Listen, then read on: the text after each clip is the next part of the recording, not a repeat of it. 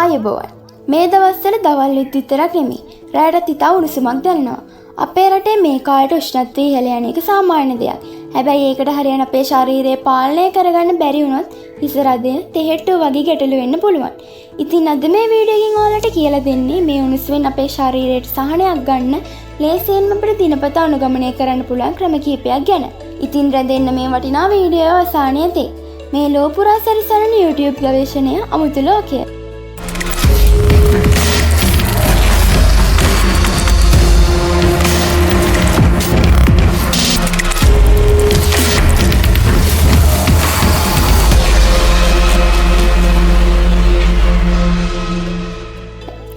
මේ උණුසුමෙන් සහනයක් ගන්න මුලින්ම කළ යුතු දේ තමයි වතුර බොන එක.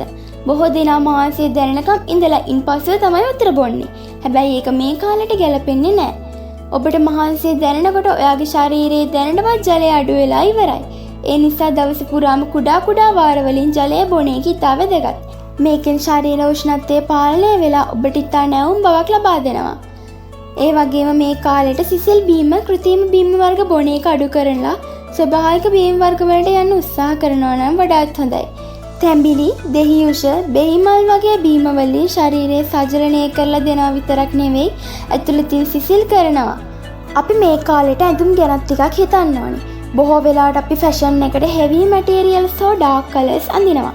හැබැයි මේ උණුසුම් කාලෙට කොටන් වගේ ලිහිල්, ලයිට් කලර්ස් ඇඳුම් තෝරගන්න එක හොඳයි. ඒකෙන් දහඩිය අවශෝෂණය වෙලා ශරීරයේ රස්නය අඩුවෙන් දැනෙනවා.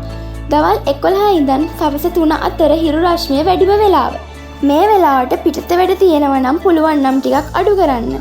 අවශ්‍ය නම් හිස් වැසුමක් කුඩයක් වගේ පාවිච්චි කරන්න පුරුදු වෙන්න. මේවා ඉතා සරල දේවල් වුණත් උණුසුමෙන් ආරක්ෂා වෙන්න බොහෝ වැදගත්. තවත් වැදගත් දෙයක් තමයි ශරීරයේ සීතලව තබා ගන්න එක. දවස පුරාම එක තැන ඉඳලා උණුසුමට නිරාවරණය වෙලා ඉන්න එකෙන් ඇඟ තවත් උණුසුම් වෙනවා. ඒ නිසාම නිතර අත්පා සෝදන්න පුළුවන් නම් හොඳයි. මේකෙන් ක්ෂණික සහනයක් ලැබෙනවා. මේ කාලෙට ආහාර ගැන ටිකක් විමසිලිමත් වෙන්න ඕනේ.